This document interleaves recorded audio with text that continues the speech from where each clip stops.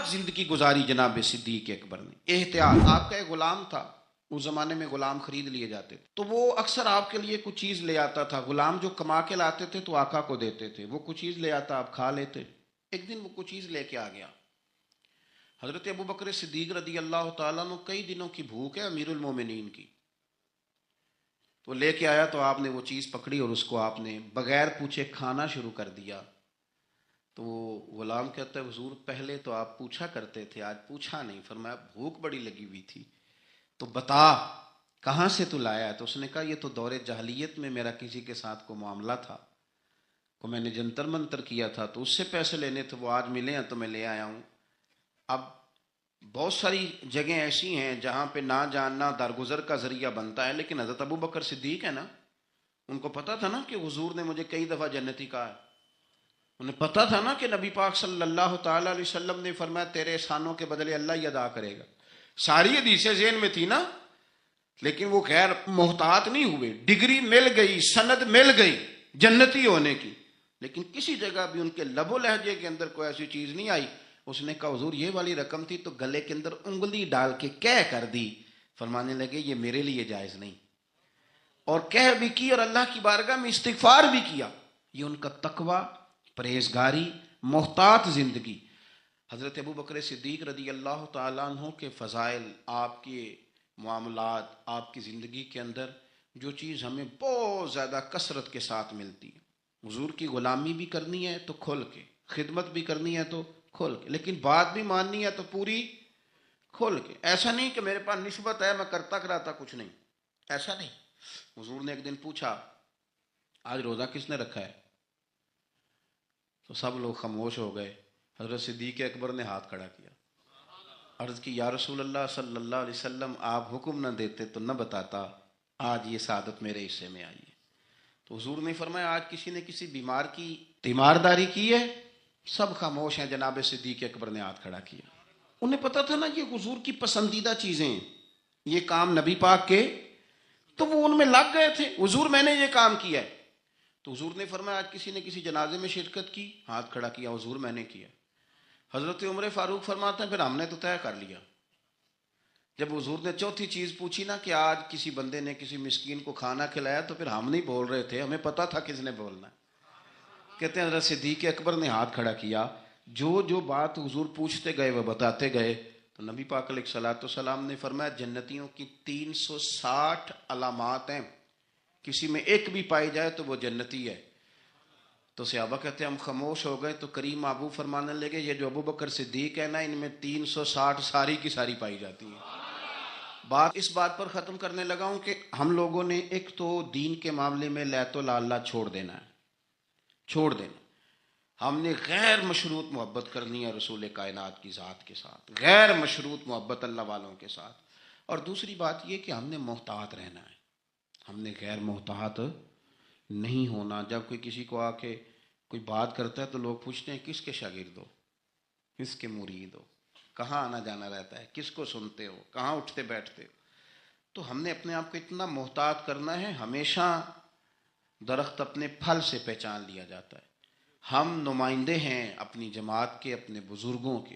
ہمارے اقوال سے لوگ عکس کریں گے کہ ہماری تربیت کس نے کی. ایک تو اپنے آپ کو محتاط کریں، اور دوسرا یہ کہ میری یہ خواہش ہے کہ آپ روز ایک حدیث حضرت صدیق اکبر کے فضائل کی پڑھیں، روز سنائیں. اگر آپ کو میڈیا چلاتے ہیں تو روز ایک روایت وہاں آپ جو ہے وہ اس کو لائیں، ان کا کوئی قول، ان کی کوئی بات، ان کا کوئی تذکرہ. اس لیے کہ میرا یہ ماننا ہے کہ جو جناب صدیق اکبر سے پیار کرے اسے مدینے والے رسول بڑا پیار کرتے ہیں. کثرت عبادت، نوافل. ہمارے ہاں عمرے کی قرآن اندازی محفلوں پہ ہونے لگ گئی ہے، حالانکہ حدیث سے ثابت نہیں. میں دوستوں سے کہتا ہوں جائز ہے، کرنی چاہیے. عمرے کی قرآن اندازی جائز ہے، پر کسی حدیث میں نہیں آئی کہ قرآن اندازی کرو عمرہ کرو. حدیث میں قرآن اندازی یہ آئی ہے کہ نبی پاک علیہ السلام نے فرمایا تمہیں پتہ چل جائے نا پہلی صف کا ثواب کتنا ہے، تم قرآن اندازی کرو. عمرے کی قرآن اندازی کا تو پوسٹر چھپتا ہے، تو یہ والی قرآن اندازی کب ہونی ہے؟ ہونی چاہیے کہ نہیں؟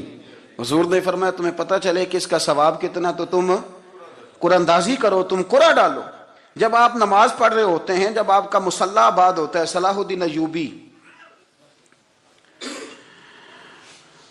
ایک بزرگ سے ملاقات ہو گئی، بیت المقدس پر قبضہ تھا عیسائیوں کا، تو صلاح الدین بڑے پریشان تھے۔ وہ بابا جی کہنے لگے پتر کیا ہوا؟ کہنے لگے حضور پتہ چلا ہے دشمن کے 2 بحری بیڑے اسلحہ لے کے آ رہے ہیں، مسلمان پہلے ہی کمزور ہیں، اور اب اگر 2 بحری بیڑے اور آ گئے تو حضور مسئلہ بن جائے گا، تو میں پریشان ہوں کہ کس طرح یہ کم مسئلے والی ہماری فوج ہے کیسے مقابلہ کرے گی۔ تو بابا جی کہنے لگے پتر اس طرح کرنا، آج رات تو بھی دعا کرنا اور میں بھی کروں گا، تو بھی دعا کرنا، آپ ناراض نہ ہونا، ہم تو پیروں والے ہیں، ہم تو پیروں کے نوکر غلام ہیں، ہمارا تو گزارا ہی نہیں، ہمیں تو ملتا ہے سارا کچھ وہاں سے۔ پر میرا سوال یہ ہے کہ تعویذ لینے جاتے ہو نفل کیوں نہیں پڑھتے؟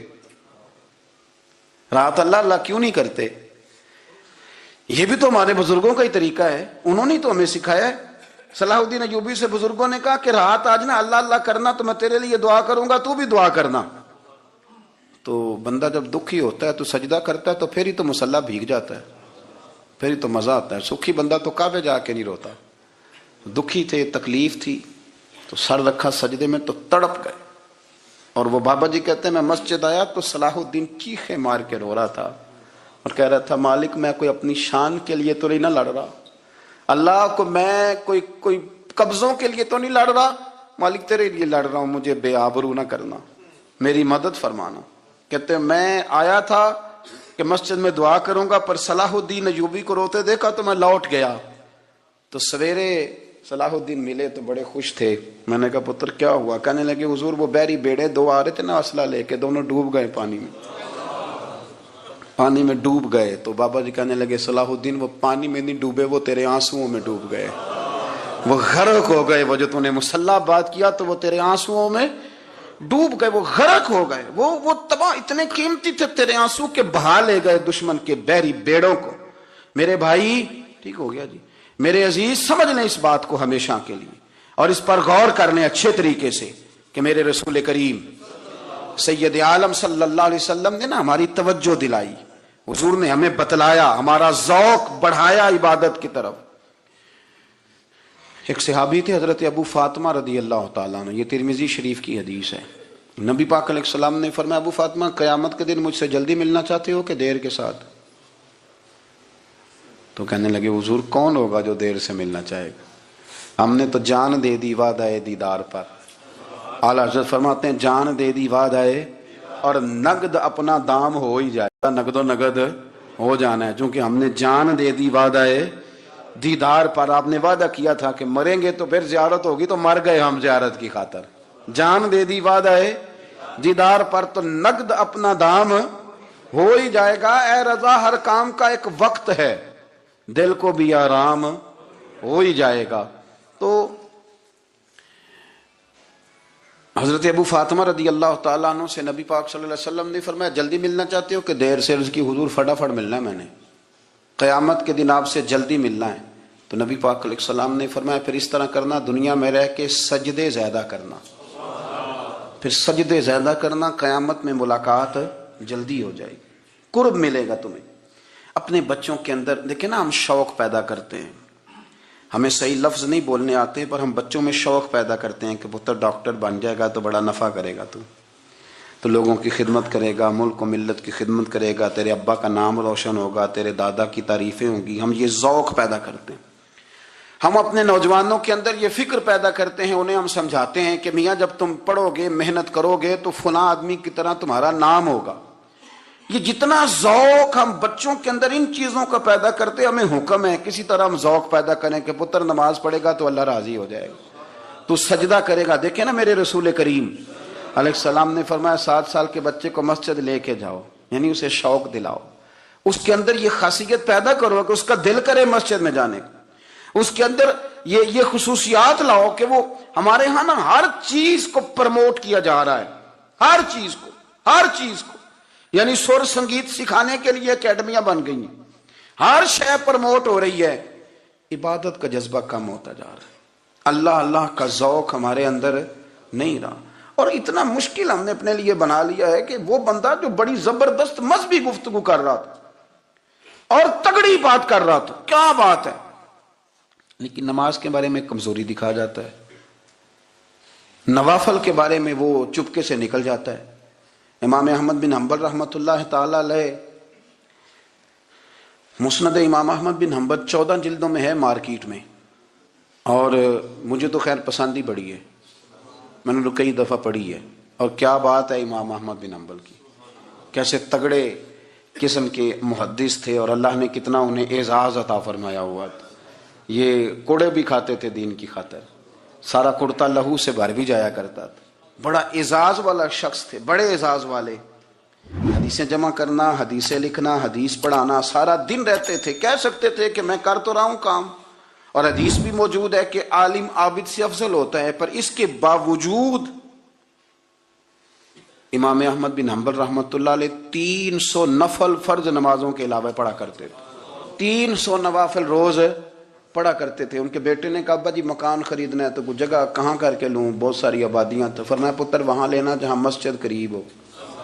میرے رسول کریم سید عالم صلی اللہ علیہ وسلم اتنا پسند کرتے مسجد کو، اتنا پسند کرتے نماز کو، کہ رسول کریم صلی اللہ علیہ وسلم تہجد کی نماز بھی پڑھتے، پھر حضور فجر کی نماز بھی پڑھتے. نبی پاک وتر کو الگ کر کے پڑھتے، عشاء کے ساتھ نہیں پڑھتے. یہ تو ہم اس لیے اجازت دی ہمارے بزرگوں نے کہ بعد میں اٹھے گا کون علیحدہ وتر پڑھنے کے لیے، عشاء کے ساتھ پڑھ لے. وتر پڑھتے، تہجد پڑھتے، فجر پڑھتے، اشراق پڑھتے، چاشت پڑھتے، پھر مغرب کی نماز کے بعد 6 رکعت اوابین پڑھتے، پھر رات کو صلاۃ اللیل پڑھتے. سیدہ عائشہ صدیقہ کہتی ہیں زمانہ سو جاتا اور میرے رسول مصلی بچھا کے کھڑے ہو جاتے. او یار کھیتی باڑی کر کے نہیں، محنت مزدوری کر کے نہیں. جناب عائشہ کہتی ہیں میں یہ بھی دیکھتی کہ حضور ایک آیت شروع کرتے تو ساری رات اسی کو پڑھتے، اور میری نظر جاتی تو قدم مبارک پہ ورم آ جاتا.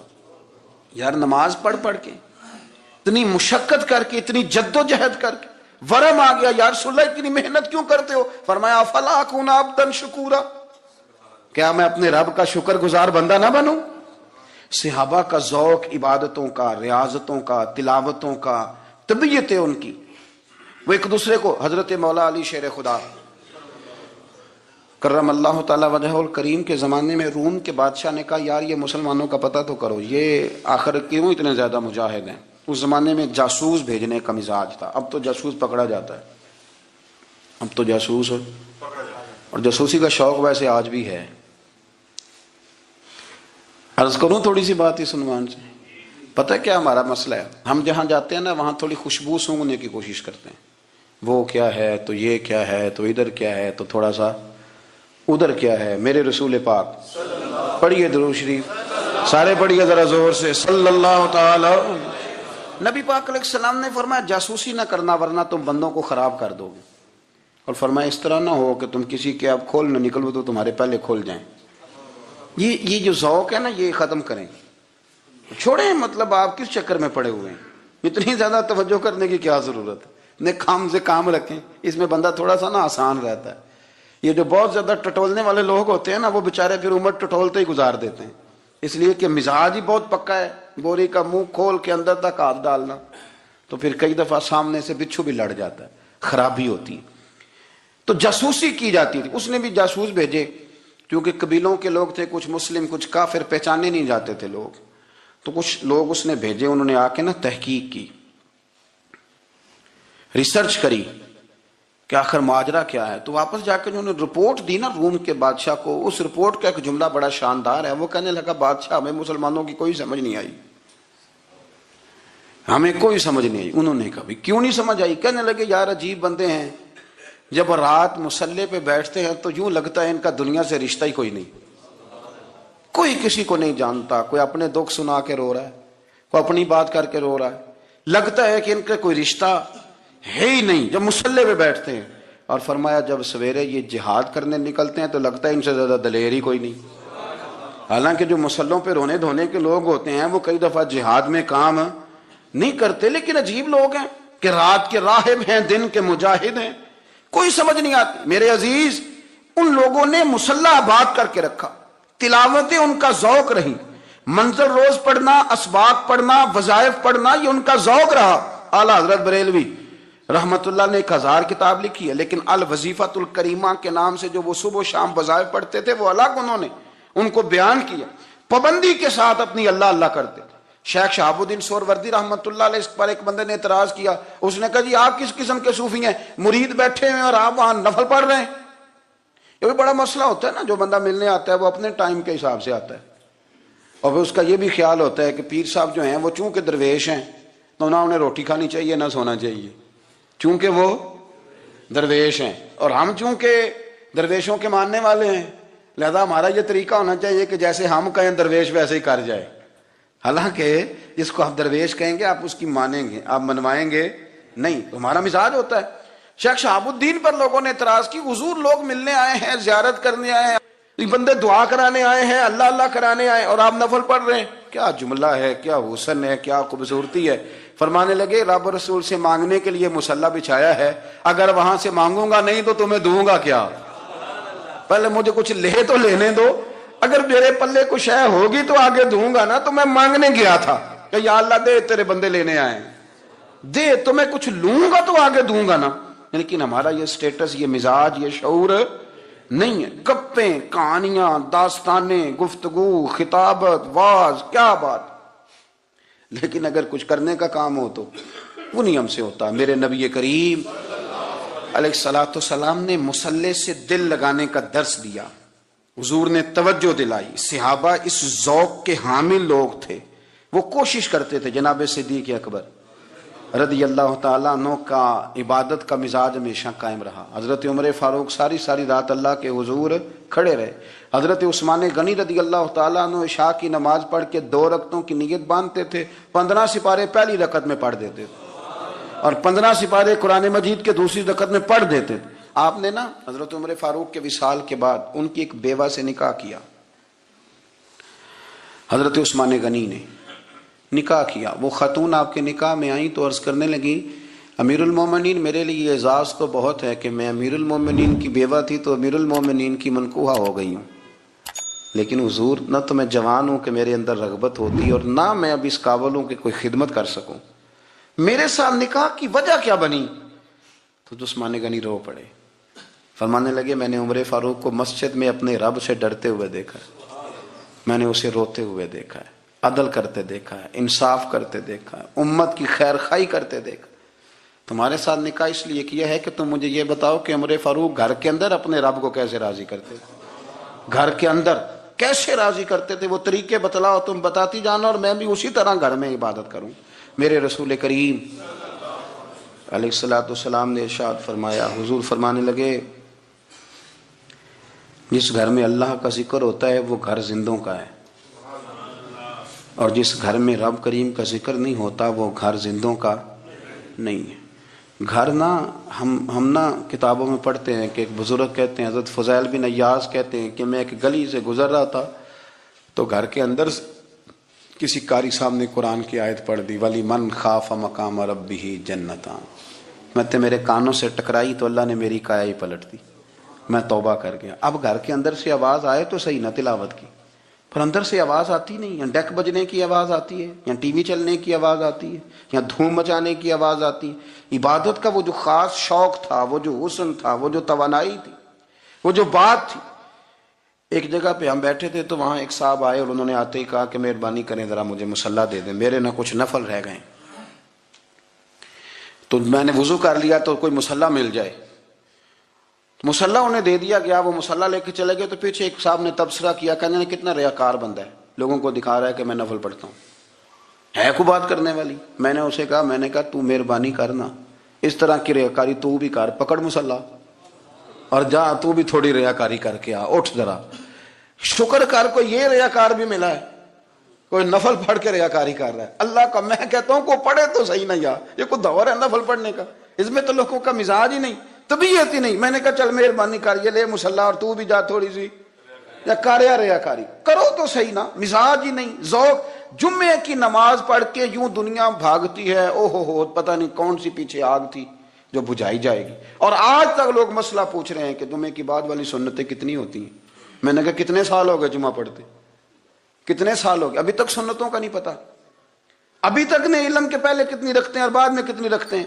فجر کی سنتیں کب پڑھنی چاہیے، سنو فجر کی سنتوں کے بارے میں۔ میرے رسول کریم سید عالم صلی اللہ تعالی علیہ وسلم سے ایک صحابی نے پوچھا تھا، حضور میری فجر کی سنتیں رہ گئیں یا رہ جاتی ہیں تو حکم کیا ہے؟ کیا انداز ہے حضور کا. بخاری مسلم کے لفظ سنو. حضور سید عالم صلی اللہ علیہ وسلم فرمانے لگے. اس نے کیا پوچھا تھا؟ حضور جواب کیا دیتے ہیں؟ فرمایا فجر کی سنتیں کبھی نہ چھوڑنا. فجر کی پہلی 2 سنتیں کبھی نہ چھوڑنا. یا رسول اللہ صلی اللہ تعالی علیہ وسلم میری رہ گئی ہیں، رہ جاتی ہیں. فرمایا فجر کی 2 سنتیں نہ چھوڑنا. فرمایا فجر کی پہلی 2 سنتیں مجھے دنیا اور دنیا کے اندر جو کچھ ہے وہ سب سے زیادہ پیاری ہے. جسم نم اور کیا چاہیے، ان کے ہم ہو گئے جب ہمارا ہوا، ان کے ہم ہو گئے جب ہمارا ہوا.